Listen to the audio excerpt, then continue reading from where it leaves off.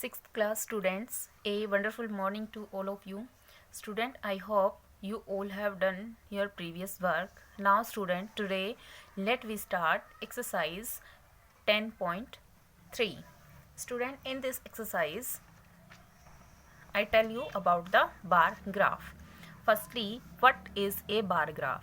A bar graph is a pictorial representation of numerical data in the form of rectangle or bars of equal widths and the of different heights.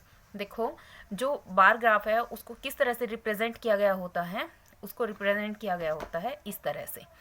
ये है bar graph two types के होते हैं, एक vertical होता है और एक हॉरिजेंटल होता है. जो ये स्टैंडिंग इस पोर्शन में होगा वो होगा हमारा वर्टिकल बार ग्राफ, और जो हमारा इस पोर्शन में होगा वो क्या होगा, हमारा हॉरिजेंटल बार ग्राफ. यहाँ पे देखो स्टूडेंट, इनकी जो विड्थ होती है वो क्या होती है, इन सब के जो बीच का गैप होता है वो सेम होता है. हमें जो बीच का गैप लेना होता है वो क्या लेना होता है, वो इक्वल लेना होता है. और जो डाटा है वो भी क्या चलता है, हमारा रेंज के अकॉर्डिंग चलता है. So student, now we start the exercise. In the exercise 10.3 what they give you, read the following graph and answer the question that follow. हमें क्या करना है, हमें इस ग्राफ को रीड आउट करना है, और जो क्वेश्चंस दे रखे होते हैं, ये 3 क्वेश्चन दिए गए होंगे इसमें, उनको हमें क्या करना है, रीड करना है. देखो, डाटा में क्या दिया गया है, नीचे हमें क्या दिखाया गया है, मंथ्स दिखाए गए हैं. साइड में हमें क्या दिखाया गया है, नंबर ऑफ कार मैन्युफैक्चर्ड, मतलब जितनी कार्स बनाई गई हैं उन कार्स के नंबर दिए गए हैं. और यहाँ पे क्या दिए गए हैं, मंथ दिए गए हैं.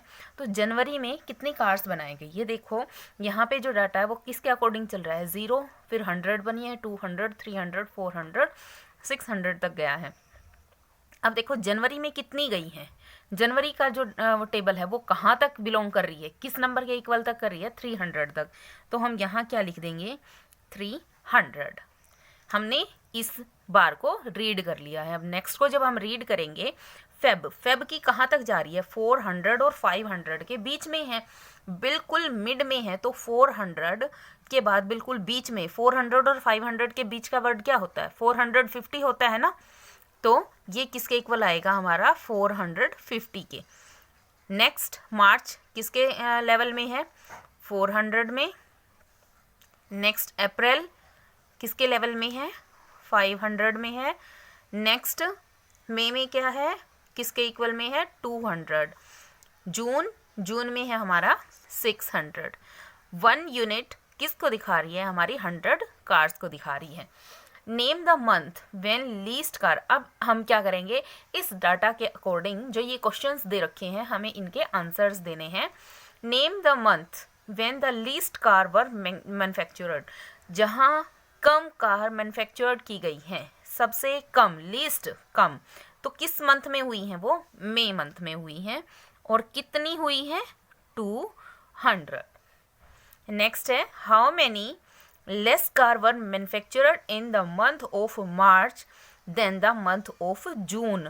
जून से मार्च में कितनी कम कारें हुई हैं.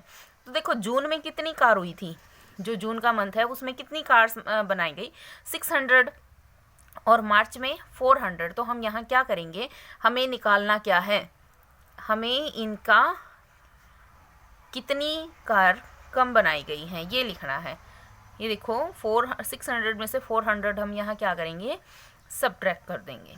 नेक्स्ट में क्या है, what is the ratio of car manufacture in the month of January to that of April. जनवरी और अप्रैल की कारों का रेशियो निकालना है.